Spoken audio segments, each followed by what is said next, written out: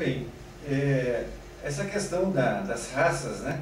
Nós temos um exemplo muito grande na nossa história, foi quando Hitler, né, empunhando uma ideia de que a sua raça iraniana era uma raça pura, não é? Ele então achava que tinha que dizimar as outras raças. E começou principalmente com os judeus, não é? E hoje nós sabemos que, na verdade, ele queria, na verdade, era se apossar dos bens, porque os judeus, né, que viviam lá na época, junto com eles eram detentores de grandes fortunas.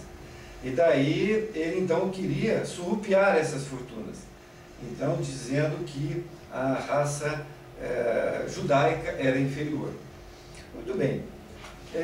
Então, essa questão de pátria, ela tem levado o homem, ao longo dos anos, ao longo da nossa evolução, somente a esses desatinos, somente a guerras, não é? Sempre o homem querendo sobrepujar o próprio homem, né? Dizendo que pela cor ele é mais puro, ou dizendo que pela sua formação intelecto-moral ele é melhor, não é? Então, está sendo ainda, hoje, muito menos, mas no passado nós já tivemos muitas guerras, muitas lutas, muitas mortes, em função disso, do homem achar que ele é diferente do outro homem, e não vendo que ele é um espírito eterno, em que hoje ele podendo ser de uma raça branca, como um alemão, por exemplo, não é? Que era a raça iraniana, e amanhã ele pode nascer na África, por que não? É a distinção pelo sangue, né? É a distinção pelo sangue, né? E nós que temos aí diversos exemplos, né, disso, me lembrei que agora de uma história que Bezerra de Menezes, no livro Loucuras e Obsessão, ele estava precisando de tratar uma certa criatura desencarnada. E ele não encontrava um amparo, assim, uma cúpula protetora, vamos dizer assim, dos encarnados, nos centros espíritas, chamado kardecistas. E ele foi achar num centro de Umbanda. E lá chegando, essa pessoa que era presidente do centro, que era médium inclusive, era sua amiga de longas datas.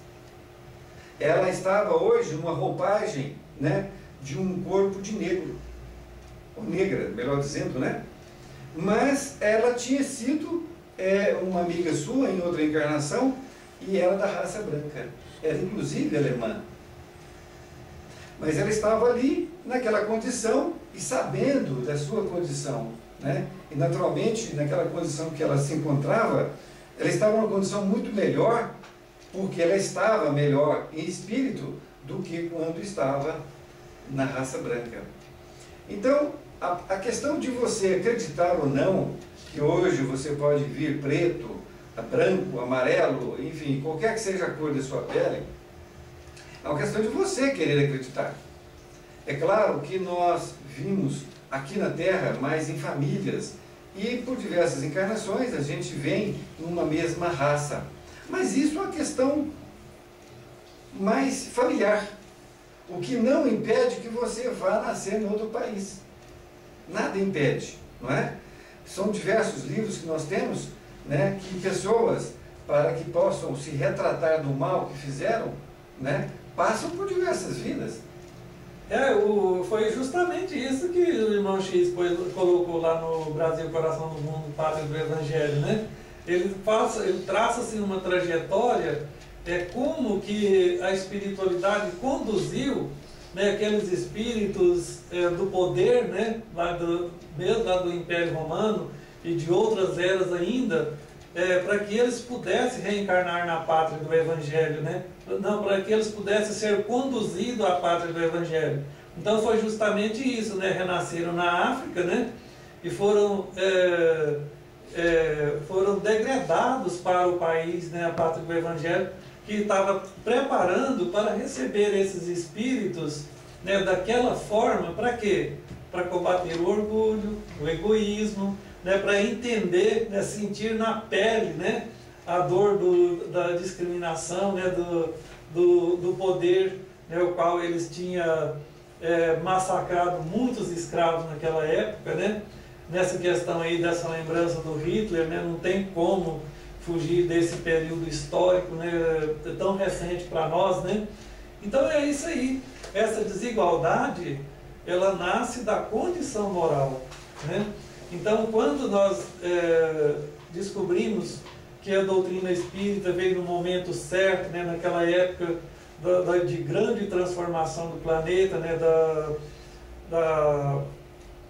daquela idade que o espírito, né, como disse Kardec, do amadurecimento, né, do espírito, então houve essa reviravolta nas religiões para que pudesse, através da ciência, da filosofia, da religião, o homem pudesse compartilhar com essa sabedoria e formatar, né, essa condição dessa igualdade, que, igual eu disse no início, que não sabemos até quando vai, né, essa desigualdade, mas com certeza, quando Deus quer, as coisas acontecem, né, de uma forma ou de outra. Então nós somos apenas um instrumento, estamos revivendo, né, esta época para que a gente possa aprender junto, né, esse momento que nós estamos aqui nesse bate-papo tão agradável. Então muitos outros estão aí ligados, né? A nossa responsabilidade aumenta ainda mais, porque é o nosso desejo mesmo que todos comecem a pesquisar, como nós nessa trajetória estamos estudando e pesquisando, para que um dia nós possamos chegar no ideal comum, né? E manifestar sempre esse desejo de contribuir, por menos que seja a nossa contribuição, mas que nós possamos dedicar sempre esses momentos para que a gente possa alegrar os nossos corações e não preocupar mais com o mal que assola o mundo, né? Porque quando a gente ingressa na fileira do bem, por si só o mal vai desaparecendo, porque onde há luz não tem lugar para trevas, né? Verdade. Então é isso que nós estamos, né, nesse pequeno espaço de tempo, dedicando, né, a nossa boa vontade de servir, para que todos possam também, como nós, um dia despertar para essa pesquisa e aprender junto, né? Porque está escrito, né? Desde Moisés, né, e grandes profetas antigos, está escrito. Então basta a gente tirar o espírito da letra para que a gente possa resolver conosco mesmo, né, a nossa condição, e assim com o exemplo, né, com a dedicação e esforço, ajudar aqueles que ainda não despertaram para essa realidade.